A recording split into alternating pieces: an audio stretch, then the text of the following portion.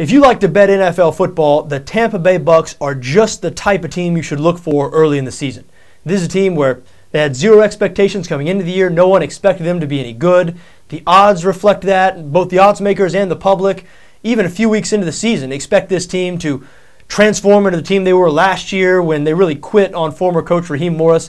Tampa was one of the worst teams in the league to back last year. I believe they failed to cover in their final 7 or 8 games or something ridiculous like that.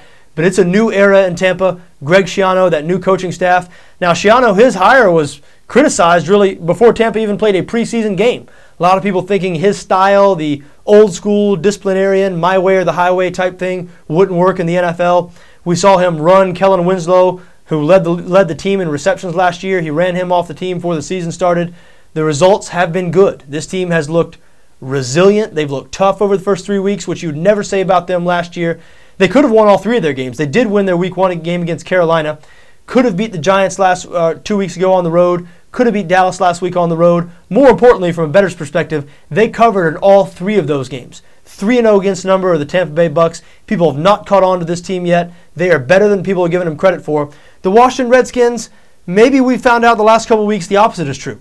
After their Week 1 victory over the New Orleans Saints, people were sky high about this team. You know, the hype really surrounding Washington and Robert Griffin III.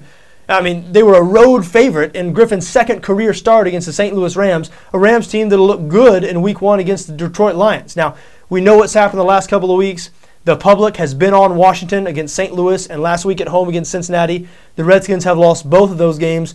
So it appears now as though maybe people were a little too high on this Redskins team after that season opening upset. Now, none of the blame should be placed on Robert Griffin III because this team leads the league in scoring right now. You can't do any better than that. The defense, what is going on with this Washington defense? Last year they were solid, top half of the league. Most of their key playmakers back this year, even though Brian Orakpo and Adam Carricker got hurt a couple of weeks ago. But 30th in the league in yards allowed right now, 29th in points allowed. It's mystifying. I'm sure it's mystifying to Washington fans. I was expecting to see a lot better defense this year out of the Redskins. Most people thought that this year that defense would sort of carry this Washington team as the rookie Robert Griffin sort of got his feet wet. That hadn't been the case at all. Now the good news is for that Washington defense, the offense they're facing this week in Tampa, 32nd in the league in yards per game, so they should improve. You would think they're not going to get lit up this week like they have been every week so far this year. But despite Tampa being last in the league in yards per game, I know it sounds funny saying this, I really like what Greg Schiano and the coaching staff is doing with the Tampa offense. What they have done, over the last couple of years, you saw Tampa try to become a modern NFL offense. We hear a lot of people, so-called experts, I mean, how many times you heard over the last couple of years, people say, oh, the NFL is a passing league now. You have to pass to win. Running the ball and playing defense, they no longer matter. And people point to teams like last year's Green Bay Packers or last year's New England Patriots as examples. I got a couple of other teams for you. The San Francisco 49ers. This year's Arizona Cardinals. How about the Super Bowl last year? We were an eyelash away from a San Francisco-Baltimore Super Bowl. 2 teams who hung their hat on playing defense, running the ball. They have a quarterback who they asked just not to do too much. Now, I know things are changing a little bit now in Baltimore, but certainly last year that was the case. That team on offense, they're built around the running of Ray Rice, and they leaned on their defense just like they have the better part of the last decade. Listen, playing defense and running the ball is not dead in the NFL. It has not gone out of style. And anybody who would lead you to believe that, in my opinion, is just lost right now in their thinking. And I know a lot of people who follow the NFL for a living. A lot of people who play in the NFL sort of bought into this way of thinking, but the proof's in the pudding. I mean, when you look at the Tampa Bay Bucs, what they've done is they've scrapped that approach and they've decided to go conservative. They don't want to let Josh Freeman lose the game for them. You saw in their only win of the season against Carolina, Freeman only threw the ball 24 times. The rookie running back Doug Martin ran the ball 24 times. That's the type of balance you're not seeing in the NFL anymore nowadays. And a lot of people sort of scoff at that and say, well, that can't win. Well, I got news for you. The Bucs last year, it wasn't working. They were living and dying on the arm of Josh Freeman, and they died on that arm. Now what they've done is they're in all these games. They possess the ball. They run the ball, keep the other team's offense off the field for the most part. Now, it didn't work in the second half of the Giants game, but take that half out. I mean, for the other 5, they've played 6 halves of football this year. For 5 of those 6 halves, what they've done on offense has been effective in limiting the opponent's offense, controlling the ball, putting enough points on the board, at least to stay competitive, to stay in these games, and to beat the Carolina Panthers. And as a bettor, that's what I'm looking for. I mean, this team's getting big numbers against New York Giants, against the Dallas Cowboys.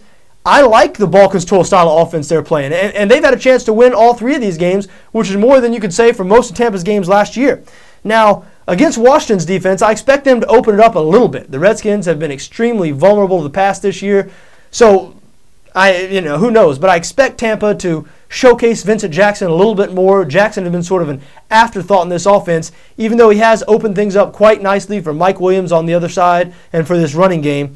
I do expect to see Jackson a little more involved this week, as I said, against the Washington Redskins. Now, the matchup I'm most looking forward to watching in this game is that Redskins running game, which surprisingly, even though you probably can't name their starting running back, Alfred Morris, they're second in the league in rushing. A lot of that has to do with Robert Griffin III, their quarterback, but Tampa leads the league in rush defense. So Tampa is back to that old school NFL, stop the run the ball. We'll see if Washington can run the ball in that defense this week. Now, Tampa is last in the league in pass defense. A lot of that has to do with the 510 yards Eli Manning put up on them in week 2. So expect Griffin to have some success again this week. But I do expect some rookie mistakes like we've seen over the last couple weeks out of Griffin. I mean, he took a terrible sack last game at the end of the Cincinnati game to sort of lose that game. But he had driven them down the field 50 yards to give them an opportunity to win that game. Robert Griffin has done some very good things, but I don't like backing rookie quarterbacks in the NFL. We saw last Sunday Andrew Luck, Robert Griffin III, Ryan Tannehill, Brandon Whedon, a combined 0-4, both straight up and against the spread. I know Russell Wilson had some success on Monday night, due to that call or whatever. But rookie quarterbacks, generally you want to be careful about backing rookie quarterbacks in the NFL, especially on the road, and I do like Tampa this week. Again, the Bucs are a 3-point favorite on BETDAQ, 47.5 the total in this game. I do think people are still sleeping on Tampa a little bit. This team is better than people are giving them credit for. Washington, I'm not saying they're overhyped anymore at this point. I think people are more realistic about this team now after the last 2 losses. But still, a rookie quarterback going on the road, facing an underrated, underappreciated team. I like Tampa in this game, laying the 3 points.